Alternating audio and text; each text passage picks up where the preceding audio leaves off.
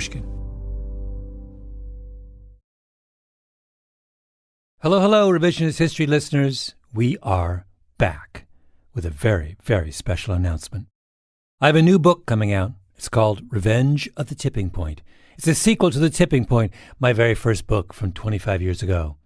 It's like a little silver anniversary present for you, my loyal listeners.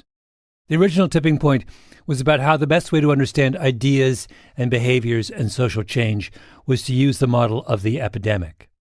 This time around, in Revenge of the Tipping Point, I'm taking those ideas and going one big step deeper.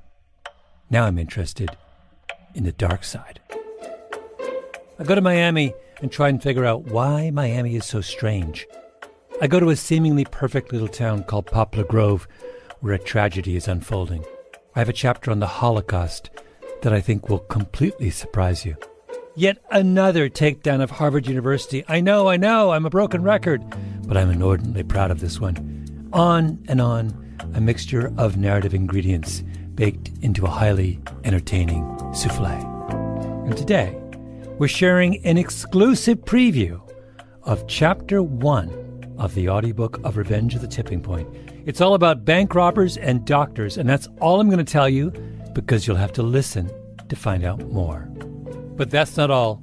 Coming up in the next couple of weeks on Revisionist History, we have all kinds of goodies related to my book. We've got a 2-part episode on maybe my favorite criminal trial ever, something I call the Georgetown Massacre. Then an episode where I go back and audit the chapter I wrote on crime in the original Tipping Point. Did I get it right? And finally, we're going to run the conversation I'm having with the editor of The New Yorker, David Remnick, at the 92nd Street Y in New York. Stay tuned, and for now, enjoy this preview of Revenge of the Tipping Point. You can find Revenge of the Tipping Point wherever you get your audiobooks. Part 1. 3 Puzzles. Chapter 1. Casper and Sea Dog. It was just like wildfire. Everyone was jumping into the game. 1. In the early afternoon of November 29th, 1983, the Los Angeles field office of the Federal Bureau of Investigation received a call from a Bank of America branch in the Melrose district. The call was taken by an FBI agent named Linda Webster. She was the person in the office who fielded what were known as 211s, reports of bank robberies. There had just been a holdup, she was told. The suspect was a young white male wearing a New York Yankees baseball cap. Slender, polite, Southern accent, well-dressed. He said please and thank you. Webster turned to her colleague, William Rader, who ran the FBI's local bank robbery division. Bill, it's the Yankee. The Yankee Bandit had been active in Los Angeles since July of that year. He had hit one bank after another, slipping away each time with thousands of dollars in a leather suitcase. Rader was growing frustrated. Who was this man? All the Bureau had to go on was that telltale baseball cap, hence the nickname, the Yankee Bandit. Half an hour passed. Webster got another 211. This one was from a city national bank 16 blocks west in the Fairfax district. They had been taken for $2,349. The caller gave Webster the details. She looked at Rader. Bill, it's the Yankee again. 45 minutes after that, the Yankee hit a Security Pacific National Bank in Century City, then immediately walked 1 block down the street and held up a First Interstate Bank for $2,505. Bill, it's the Yankee, twice, back to back. Less than an hour passed. The phone rang again. The Yankee had just hit an Imperial Bank on Wilshire Boulevard. If you drive from Century City to the Imperial Bank on Wilshire, you pass right by the FBI's office. He probably waved at us, Rader told Webster. They were now on notice. History was being made. They waited. Could the Yankee possibly strike again? At 5:30, the phone rang. An unknown white male, slender, Southern accent, Yankee cap, had just robbed the First Interstate Bank in Encino 15 minutes north on the 405 freeway for $2,413. Bill, it's the Yankee. 1 man, 4 hours, 6 banks. It was a new world's record, Rader would later write in his memoirs, still unbroken. 2. No criminal has ever held as exalted a position in American culture as the bank robber. In the years after the Civil War, the country was riveted by the exploits of bands such as the James Younger Gang, who terrorized the Wild West with bank holdups and train robberies. In the Depression, bank robbers became celebrities. Bonnie and Clyde, Pretty Boy Floyd, John Dillinger. Dillinger brought to Chicago, recaptured after he had escaped from Lima, Ohio. Desperate public enemy now rises to fame as an underworld hero. Here is Clyde Barrow and Bonnie Parker, who died as they lived, by the gun. But in the years after the Second World War, the crime seemed to be fading. In 1969, a total of 1,318 banks were robbed across the entire United States, a modest number given the size of the country. There was speculation that bank robberies were headed toward extinction. Few major crimes had higher arrest and conviction rates. Banks felt they had learned how to protect themselves. A definitive study of bank robbery was entitled Nothing to Lose, meaning that the act seemed so irrational that its perpetrators must have run out of other options. It seemed like the 20th century equivalent of cattle rustling. Who does that anymore? But then came an epidemic. In a single year, from 1969 to 1970, the number of bank robberies nearly doubled, then rose again in 1971, and once more in 1972. In 1974, 3,517 banks were robbed. 2 years later, the number was 4,565. By the beginning of the 1980s, there were 5 times more bank robberies than there had been at the end of the 1960s. It was a crime wave without precedent, and it was just getting started.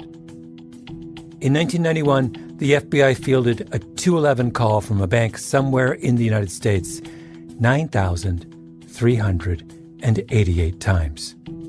And the center of this astonishing surge was the city of Los Angeles. The sprawling city that's home to Hollywood, movie capital of the world, is also the bank robbery capital of the world.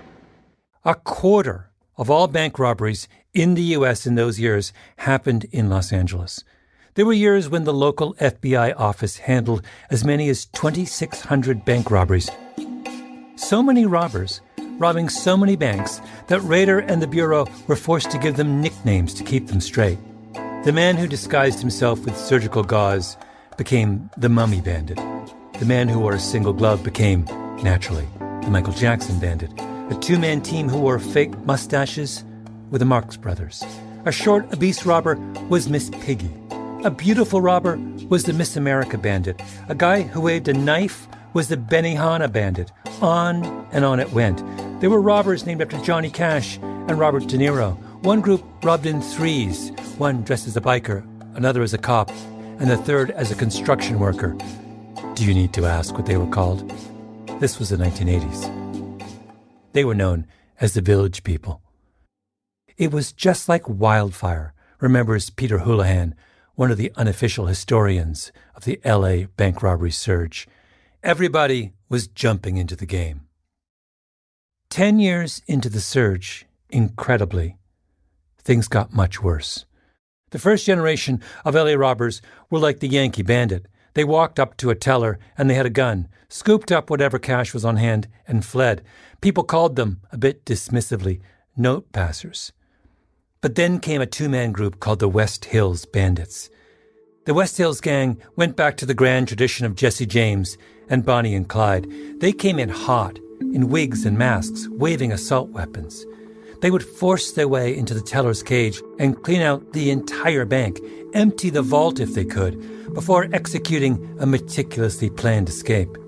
The bandits had a bunker in the San Fernando Valley filled with military-grade weapons and 27,000 rounds of ammunition. to prepare for what their leader believed was an imminent Armageddon. Even by the standards of 1990s Los Angeles, the West Hills Gang was a little crazy.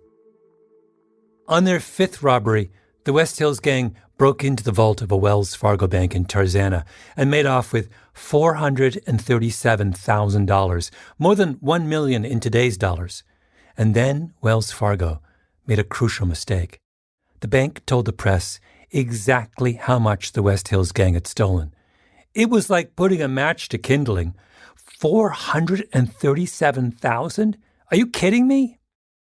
One of the first to take notice was an enterprising 23-year-old named Robert Sheldon Brown. His street name was Casper. Casper did the math. I've robbed, I've done burglaries, I've done a little bit of everything, he would explain later, but the money couldn't compare to the bank's. You could go into a bank and in 2 minutes get what on the streets would take you 6 or 7 weeks to get. John Wiley, one of the prosecutors who eventually brought Casper to justice, remembers him as a standout. He said Casper was really ripped and really smart. Here he is. He figured out the problem with robbing banks is going into the bank, so he got somebody else to do that. You would think, how could you possibly get someone to rob a bank for you? And that was his particular talent, was recruiting people to rob banks for him. And he recruited an unbelievable number of folks. He was kind of a producer in Hollywood terms. Casper had a partner in crime, Donzel Thompson, also known as Sea-Dog. They would pick a bank they thought was ripe for a hit, then they'd find a getaway car, known in gang speak as the G-Ride. In the early 1990s, Los Angeles also experienced an astonishing surge in carjackings, which were treated in the press as another indication of the random mayhem sweeping the streets. But a good chunk of it was actually just Casper and Sea-Dog. They had a guy they paid to acquire their G-Rides. If you were doing as many bank robberies as Casper was, you needed a lot of cars. Then he would pick the crew. Prosecutor Wiley again. A lot of his robbers were just kids. I think he probably paid some of them nothing. He just coerced them into robbing. He was a big threatening guy. And, he was a member of the Rollin' 60s, which was a very notorious Crips gang. Wiley recalled a particular recruit who was very young, no more than 13 or 14. I remember he took the kid out of school and said, when can you rob this bank for me? And the guy said, during nutrition break. So during nutrition break, they picked him up and Brown and Thompson explained how to do it. You go in, scare everybody to death, get the money, get out. Casper taught his recruits a technique he called going kamikaze. His kids would come busting in, waving their machine pistols and assault rifles, firing rounds at the ceiling and screaming obscenities. On the floor, They would stuff all the cash they could into pillowcases, grab wallets, and rip rings off women's fingers if they wanted a little extra treasure for the road. On at least 2 jobs, Casper borrowed a school bus to ferry his young charges to safety. Another time, he borrowed a postal service truck. Casper had imagination. He would exercise managerial oversight of his operations from a position of safety, parked in a car somewhere far down the block, then follow his hand-picked team as they raced through the streets. These guys knew if they tried to get away with all the money, they'd have these 2 Rollin' 60s Crips after them, and that would not improve their lives. The G-Ride would be abandoned. The whole crew would retreat to Casper's hideout, usually in a motel, where he would pay them a pittance and let them go. They were kids. Chances are they would get caught, but Casper didn't care. Here's Wiley describing his general attitude. Okay, so that wasn't great. My guys got caught. Now we have to get new guys. But we do that all the time.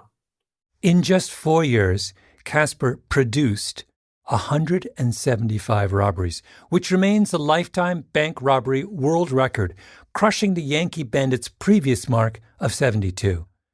Casper and Sea-Dog even came close to the Yankee Bandits' one-day mark of 6 heists. On a single day in August of 1991, they produced 5. A First Interstate Bank on La Cienega Boulevard, then banks in Eagle Rock, Pasadena, Monterey Park, and Montebello. And remember, the Yankee Bandit was a one-man show. Casper was doing something infinitely more difficult, organizing and supervising teams of robbers. Once Casper showed the world how easy it was to take over a bank, other gangs jumped in. The 8 Trey gangster Crips started putting together crews. A duo called the Nasty Boys did almost 30 takeovers in under a year, just the 2 of them. The Nasty Boys were nasty. They liked to herd everyone into the bank vault, talk loudly about executions, and fire their guns next to people's ears, just for the fun of it. In retrospect, 1992 turned out to be the peak year for bank robberies. 2,641 robberies in 1 year. Wiley again. So that averages one bank robbery every 45 minutes for each banking day. And the worst day was 28 bank robberies in 1 day. This drove the FBI completely crazy. I mean, they were completely exhausted. Robbing a bank takes minutes. Investigating a bank robbery takes hours. As the robberies piled up, the FBI would fall further and further behind. So if you're having 27 robberies a day, if one team is committing 5 robberies in 1 day, I mean, just think physically how you investigate that. These guys are driving all over town as fast as they can, robbing. So just keeping up with them in LA traffic is a problem. You get to the bank, and how many people have witnessed the robbery? Well, how many people were in the bank? 20 people? So you need to get witness statements from 20 witnesses. This is a big project. Then, just as you start, what happens? You're on the scene for 5 or 10 minutes, and there's another bank robbery emergency somewhere across town. The FBI was being run ragged. The city of Los Angeles was the bank robbery capital of the world. Wiley held up a chart of bank robberies in Los Angeles from the 1970s through the 1990s. There was no reason to think it would crest. If you look at the trend line, it just seems like it's heading for the moon. The FBI put 50 agents on the case. Over the course of many months, they gathered what they could from Casper and Sea-Dog's terrified recruits, sorted through the layers of deception the 2 used to hide their assets, and tracked them from one address to another across South Los Angeles. It took forever to get a grand jury to indict Casper and Sea-Dog because what had they done? Nothing. They didn't rob any banks. They were just sitting in a car down the street. All the FBI had was the testimony of terrified teenagers who skipped school between lunch and recess. Finally, prosecutors thought they had enough evidence. They found Sea-Dog at his grandmother's house in Carson and arrested Casper as he stepped out of a cab. With the 2 of them behind bars, the bank robbery fever that had seized Los Angeles finally broke. Within roughly a year, the number of robberies in the city dropped 30%, then drifted even lower. Bank robberies didn't head for the moon. The contagion passed. When Casper and Sea-Dog got out of federal prison in the summer of 2023, they shopped their story around Hollywood and took meetings with film producers. Movie executives who heard their story were incredulous. That happened here? Yes, it did.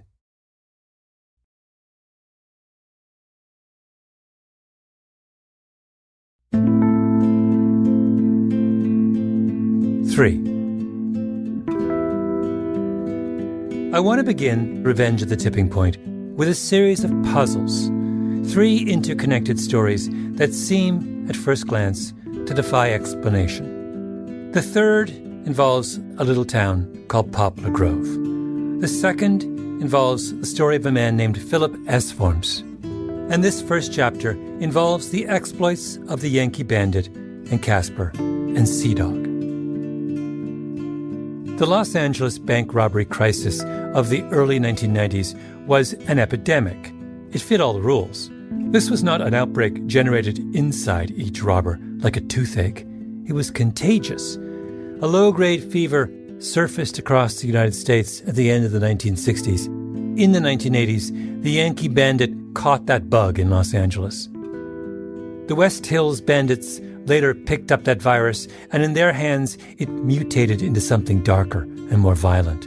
They passed the new strain on to Casper and Seadog, who reinvented the process, outsourcing the labor and scaling up dramatically like the late 20th century capitalists they were. And from there, the infection went clear across the city, to the 8 Trey gangsters and the Nasty Boys, and on, sweeping up hundreds of young men, until by the time the bank takeover boom peaked in Los Angeles, the small-time note-passing of the Yankee Bandit era seemed like a dim memory. Social epidemics are propelled by the efforts of an exceptional few, people who play outsized social roles, and that was exactly how the LA outbreak unfolded. This was never a mass participation event like one of those big city marathons where tens of thousands of people sign up. It was a reign of mayhem driven by a small number of people who robbed over and over and over again. The Yankee Bandit robbed 64 banks in 9 months before the FBI finally grabbed him. He went to prison for 10 years, got out, then robbed 8 more banks. The Nasty Boys did 27 banks. Casper and Seadog masterminded 175. If you focused only on the Yankee Bandit, Casper, and the Nasty Boys, you would have a pretty complete picture of what happened in Los Angeles in the 1980s and early 1990s, a contagious phenomenon that rose and tipped, fueled by the extraordinary actions of a few. Casper, Wiley said, is the superspreader, if you want to talk about epidemics. Was the context in the 1980s and the early 1990s ripe for a bank robbery explosion?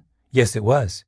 Between the 1970s and the end of the 1990s, the number of bank branches in the United States tripled. Casper and Seadog were shooting fish in a barrel. The fever that swept Los Angeles in the late 1980s and early 1990s makes perfect sense, except for one thing. There's a puzzle.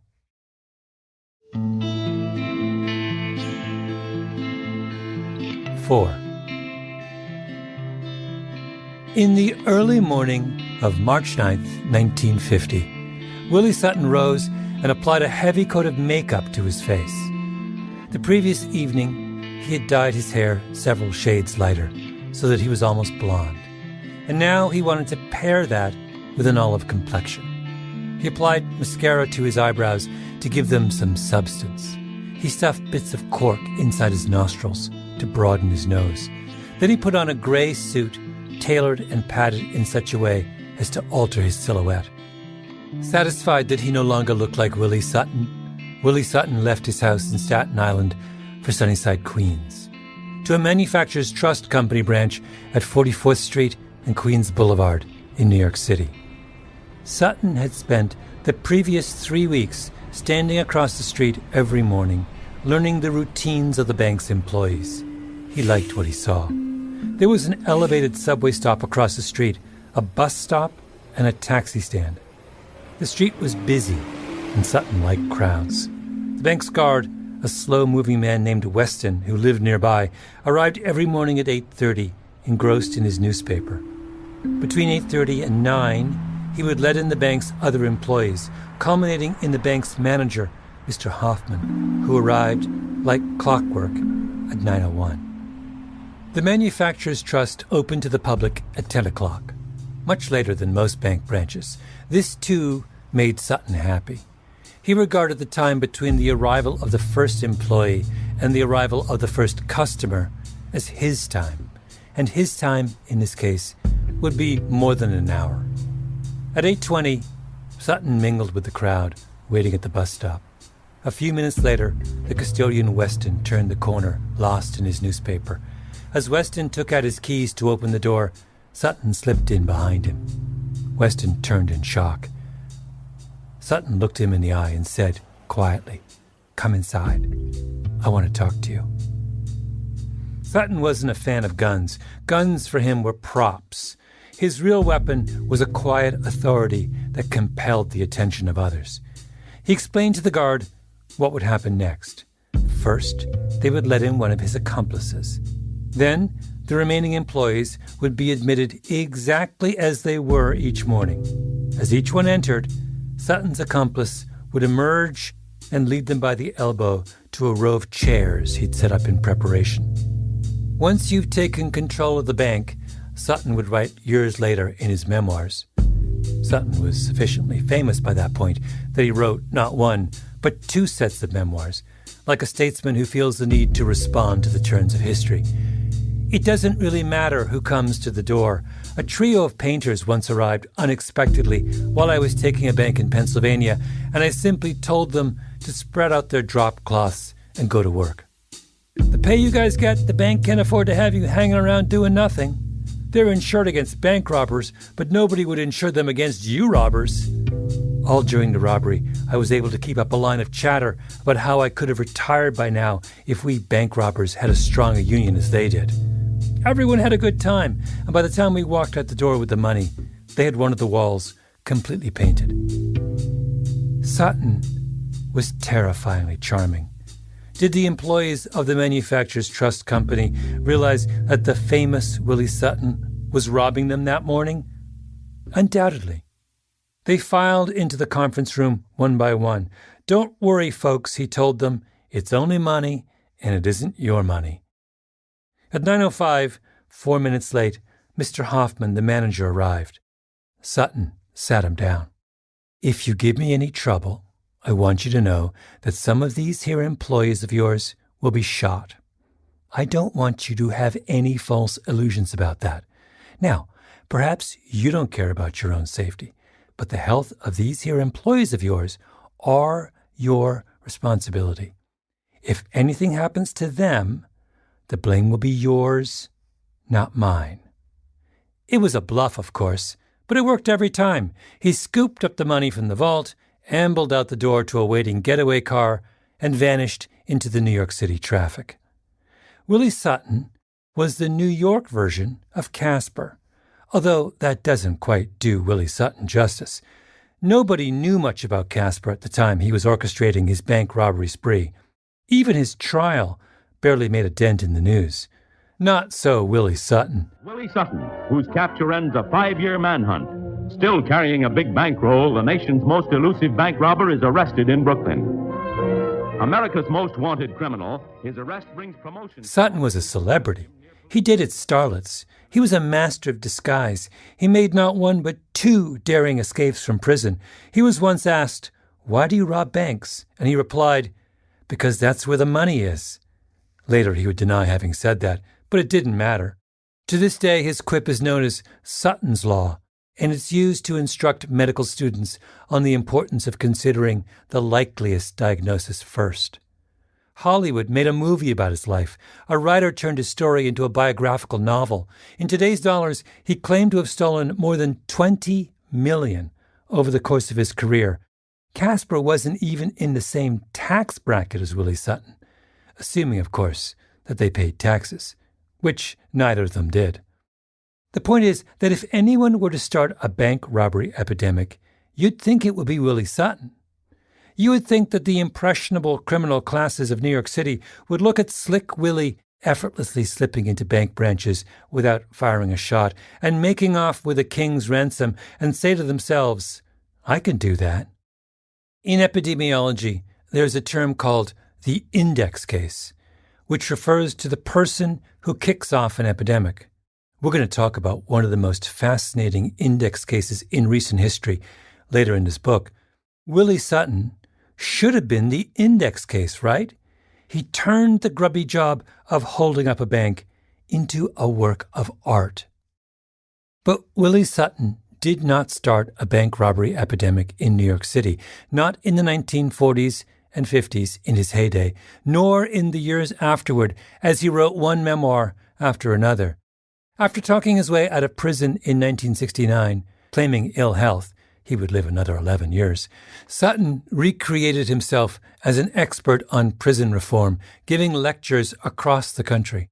He consulted with banks on how to prevent bank robberies. He even did a TV commercial for a credit card company, pioneering a card with a photo on it.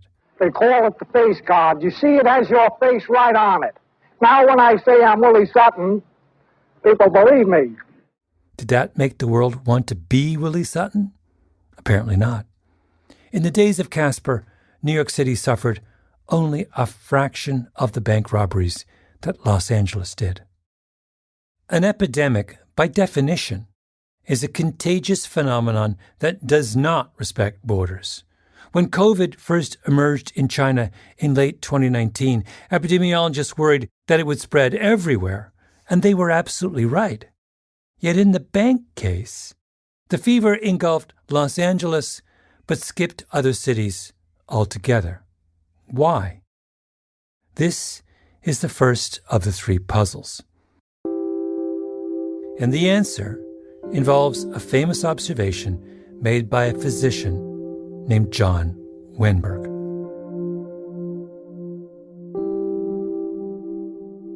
Five. In 1967, fresh out of his medical training, John Wenberg got a job in Vermont as part of a federally funded operation called the Regional Medical Program. These were the years of the Great Society, when the U.S. government was making a concerted effort to expand the American social safety net. Wenberg's job was to map the quality of care across the state to make sure everyone was getting access to the same standard of medicine. He was young and idealistic. He had studied under some of the best minds in medicine at Johns Hopkins University. Wenberg arrived in Vermont, he said later, still believing, quote, in the general paradigm that science was advancing and that it was being translated rationally into effective care, end quote. Vermont had 251 towns. Wenberg began by dividing up those communities according to where their local residents got their medical care. That left him with 13 hospital districts across the state. He then calculated the amount of money that was spent on medical care in each of those districts. Wenberg assumed that what he would see was that in some faraway corner of Vermont where there wasn't much money, spending would be low, and by the same logic, in wealthier communities such as Burlington, the biggest city in the state, home to the University of Vermont and Champlain College, where the hospitals were the newest and most sophisticated and the doctors more likely to have trained at prestigious medical schools, spending would be a bit higher. He was completely wrong. Yes, there were differences in spending from one hospital district to the next, but the differences weren't small. They were enormous, and they didn't follow any apparent logic. They were, as Wenberg put it, without rhyme or reason. Surgery for removing hemorrhoids, for example, was 5 times more common in some districts than in others. Your chances of getting an enlarged prostate surgically removed, or your uterus removed in a hysterectomy, or your appendix removed after an attack of appendicitis were 3 times higher in some districts than in others. Here's Wenberg, years later, describing his early work in an interview with the Community Health Center's podcast, Conversations on Healthcare.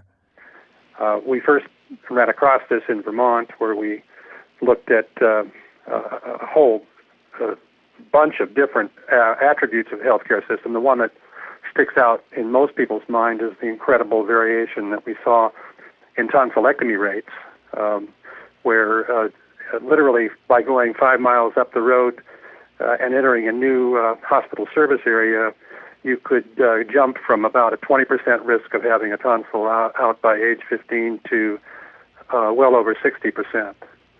So that gives you an idea of what the basic variability was. And this variation simply could not be explained on the basis of differences in the incidence of sore throats or tonsillitis or anything like that. And it was traced pretty much directly back to the medical opinion of the physicians in the different communities. Wenberg saw this firsthand.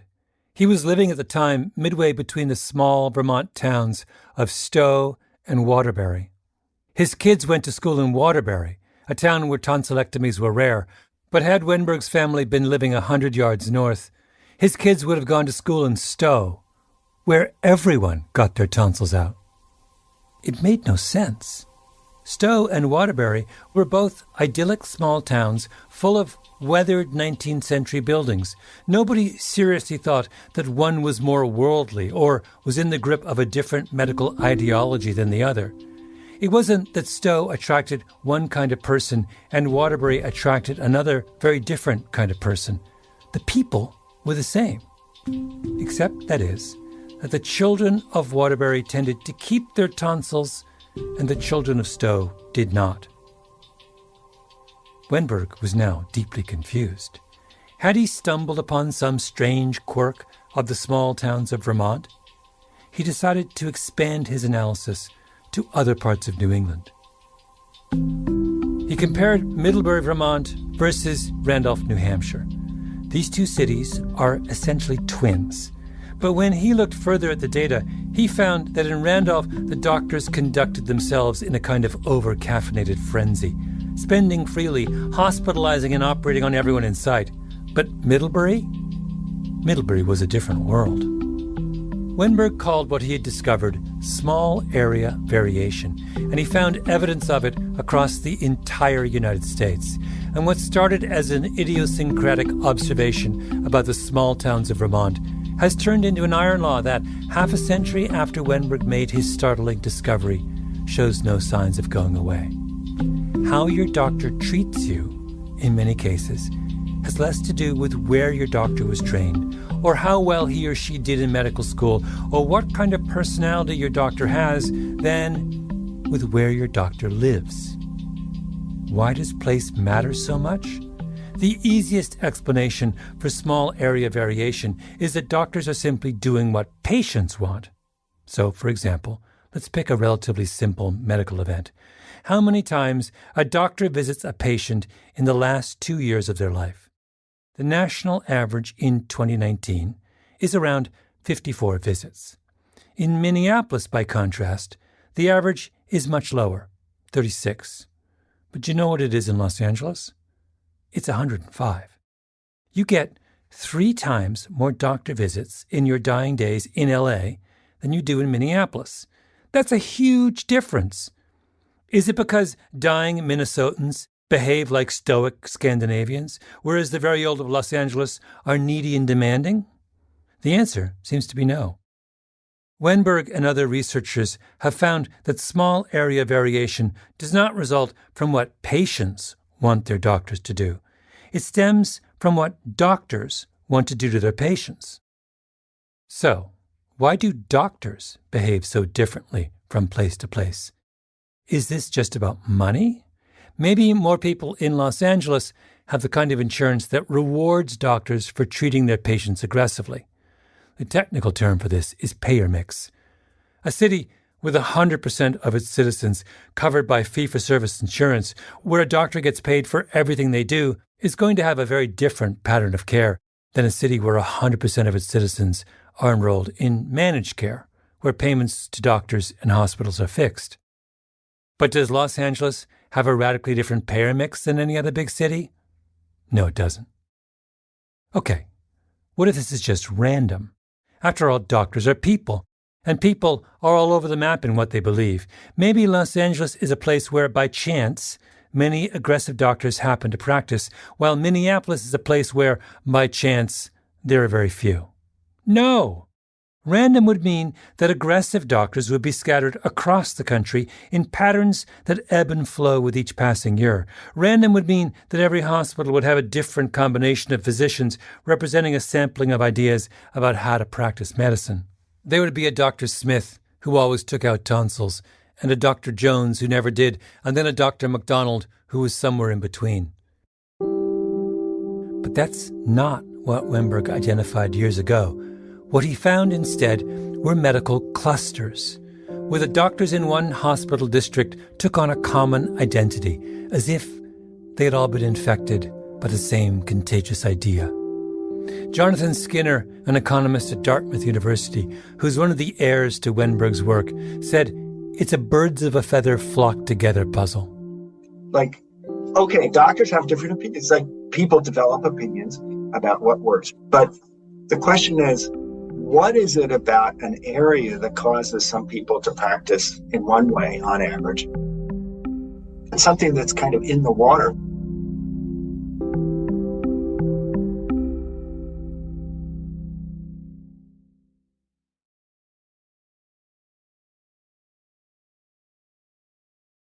Six. Small area variation has subsequently become something of an obsession for medical researchers. Books are written about it. Scholars spend their days studying it. But what's fascinating is how the same inexplicable patterns of variation turn up outside the world of medical care. Let me give you an example. The state of California keeps a public database of what percentage of 7th graders at any middle school in the state are up to date with their recommended vaccines. Chickenpox, measles, mumps, rubella, polio, and so on. If you give the list, and it's a long list, a cursory glance, it seems pretty straightforward. The overwhelming number of public school kids in California have received all their shots. So what about private school kids? Private schools tend to be smaller and quirkier. Could there be more variation there? Let's take a look. Here are vaccination rates chosen at random from a selection of private elementary schools in Contra Costa County, east of San Francisco. St. John the Baptist, 100%. El Sobrante Christian School, 100%. Contra Costa Jewish Day School, 100%. The list goes on. There are a lot of private elementary schools in Contra Costa County, and the parents who live there seem pretty intent on protecting their children from infectious diseases.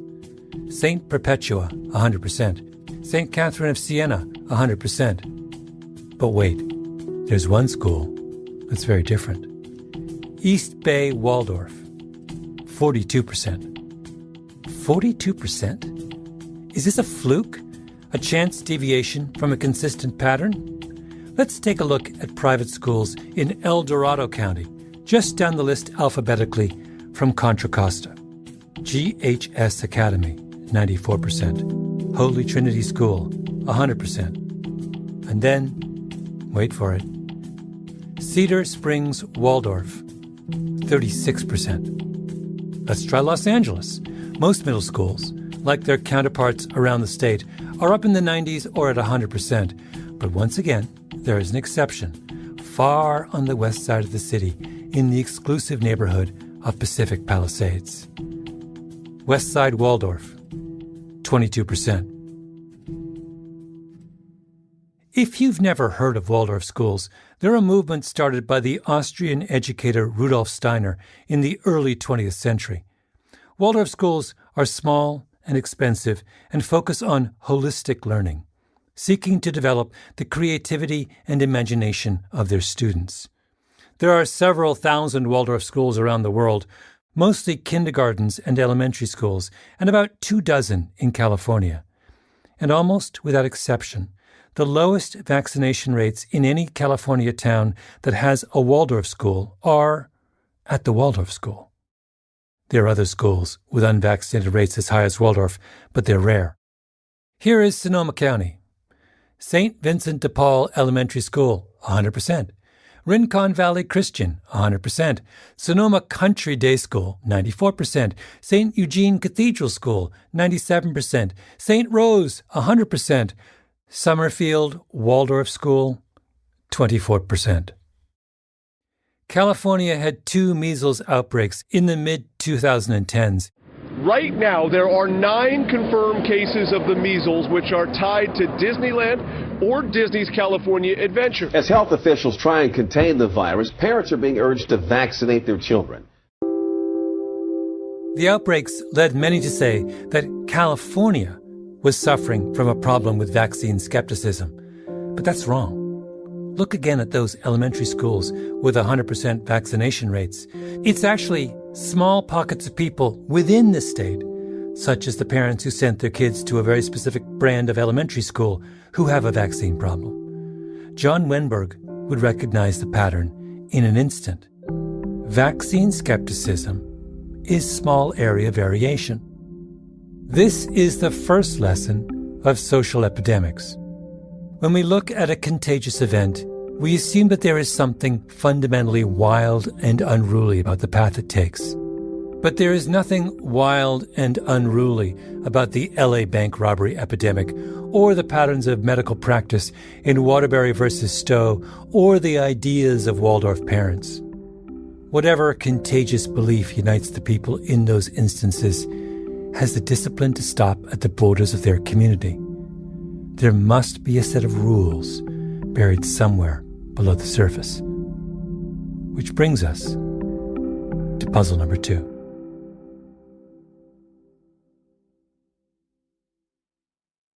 Thanks for listening to that preview of my new book, Revenge of the Tipping Point. You can hear the rest on Audible, Apple Books, Barnes & Noble, Spotify, Pushkin.fm, or wherever you like to listen. Coming up next on Revisionist History, 2 narrative episodes about my favorite trial of all time, and a deep dive on broken windows, a theory that I helped popularize in The Tipping Point. Did I get it right? And what's changed 25 years later? And I would go around and I would talk to people in New York City, and liberal people, progressive people would say, oh, well, you know, we've had this miracle in New York. And some people would say, oh, yeah, Malcolm Gladwell's idea, broken windows. Revisionist History is produced by Nina Bird Lawrence, Lucy Sullivan, and Ben Nadaf Haffrey.